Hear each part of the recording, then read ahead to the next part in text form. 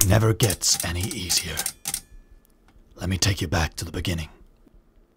It was late, witching hour kinda late. I was a detective in the Oldfield Park precinct. Oldfield Park, the dark underbelly of Bath. The part no self-respecting gal would go to late at night.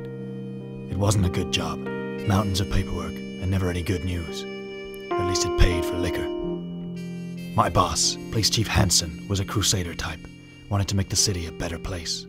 All big ideals, big actions, but he had little to show for it. Not much you can do against a Goliath like Oldfield Park. It's the city of sin for a reason. Lou, Grant, I'm giving you the strangler case. It's time somebody shook it up. The Oldfield Strangler was like any other serial killer. Timid at first, but with each kill he got bolder. Almost careless. Almost. If we let the case run its course, he'd slip up and we'd have an easy bag, but innocent blood is hard to wash off, and I don't get paid enough for dry cleaning. A new victim. Nice looking guy, just married. His life was like Lou's hair, cut way too short. Friends say he left a party alone last night. Drunk, no doubt. But he didn't plan on drinking into oblivion. Let's head over to the scene so the boys can start cleaning up. Don't want to give the milkman a scare. Cup of Joe Sarge? Thanks, love. I'm gonna need something a lot stronger than that, if you know what I'm saying.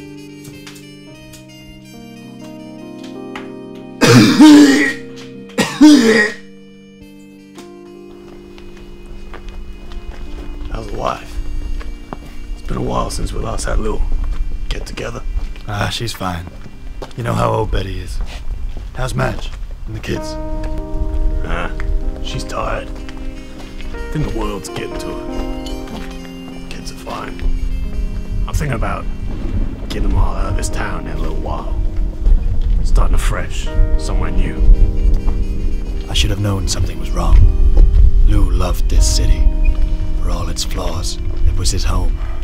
It always would be. But I was too busy. Busy thinking of the Strangler's next move. Busy thinking of how we would catch him. Of keeping the city safe.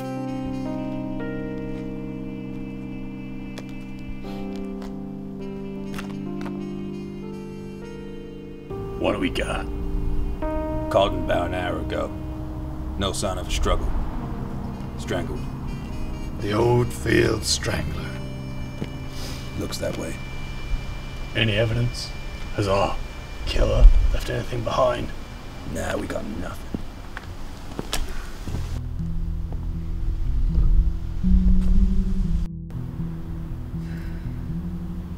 It was the Strangler, all right. Poor bastard probably didn't know what was happening until it was too late. Grant, seems we have a visitor. She seems a little too interested to just be a passerby. Seems we may have found ourselves a lead. I couldn't see her clearly enough before, but close up, in the pale moonlight, it was clear to see that she was beautiful. Her brown hair hung down to her shoulders and shifted in the breeze. Her eyes glistened like diamonds. And that mouth, I'll never forget that mouth until the day I die.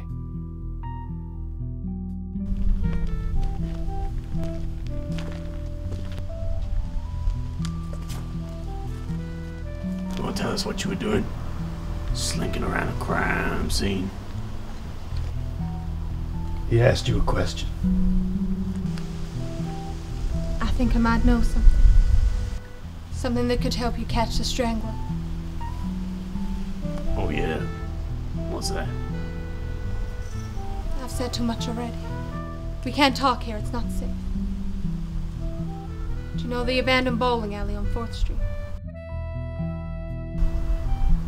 Meet me there. Tomorrow, at midnight. I'll tell you what I know.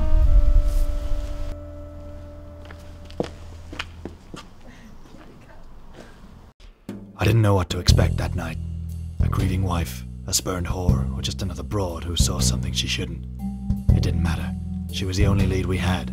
I couldn't let it go cold. Lady. But when I arrived, it had already gone cold. The the dead sort of cold. God damn it. Her throat was still red, a velvet scarf that held no heat. Her eyes were bulging, but couldn't betray what they'd seen. I'd seen enough bodies to get used to the sight, but hers was different. With her dead, so was the case. God damn it, Grant.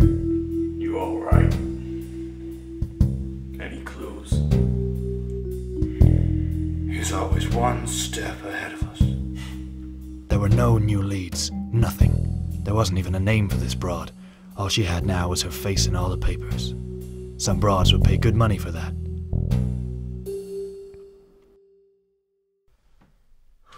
The case is gone cold. I'm pulling you both off. But Chief, we just need more time. He's certain to slip up soon. I don't want to hear it, White. You're done. You had your chance. You blew it. Sir, with respect. Price! Leave it! But sir! White, I don't want to hear it. You better be careful or have your gun in your badge. Leave it. It's over. But it wasn't over. I knew we had to keep trying. That night, I headed over to Price's house. If we were going to catch the killer, I still needed his help. Price and I had been friends since I first became a detective. He'd always had my back, and I'd always had his. It was late, but a light was on. He was in.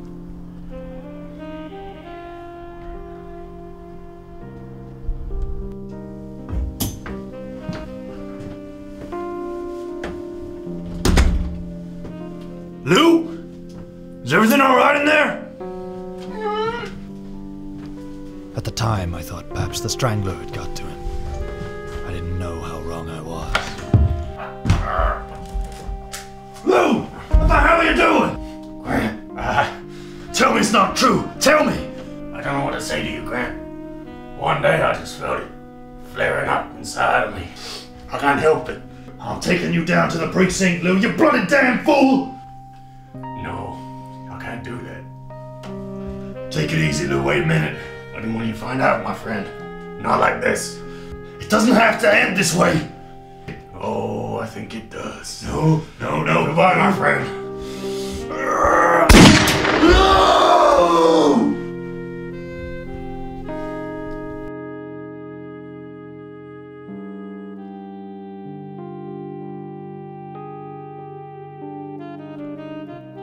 I never understood what made Lou do the things he'd done. There was nothing of the man I knew in his face the night he died. There were no clues as to why he became the Oldfield strangler. I don't think I'll ever know. He always loved this view.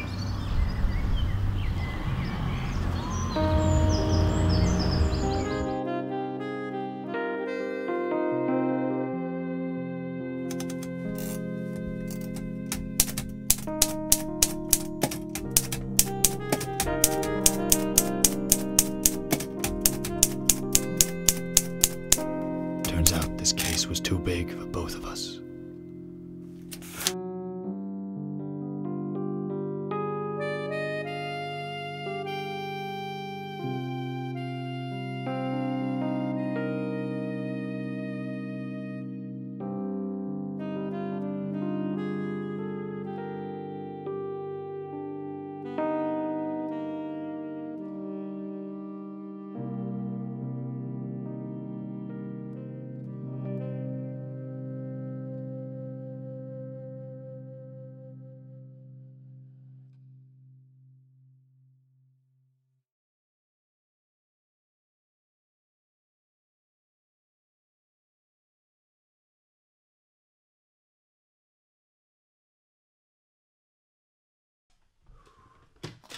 Hello?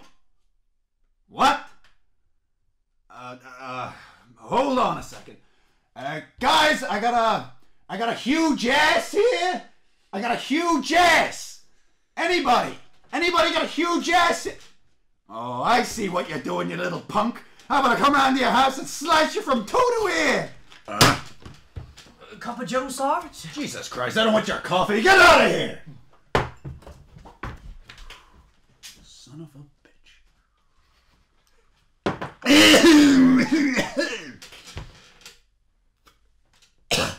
Tonight, sweetie. I'm sorry. I'll make it up to you. We'll go out to that lake, rent that wee cabin. You know how it is. Give it the old Chief Hanson Express, huh? Alright. Love you too, babe. God, I hate that woman.